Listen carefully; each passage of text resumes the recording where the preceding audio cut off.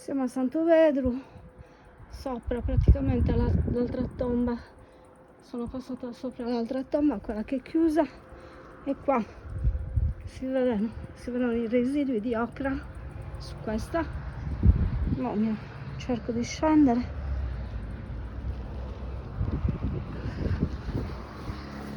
Vediamo un po' se si vede qualcosa. Vedete, i residui di ocra sono chiarissimi, si vedono anche dei disegni, però qua dentro vediamo un po'.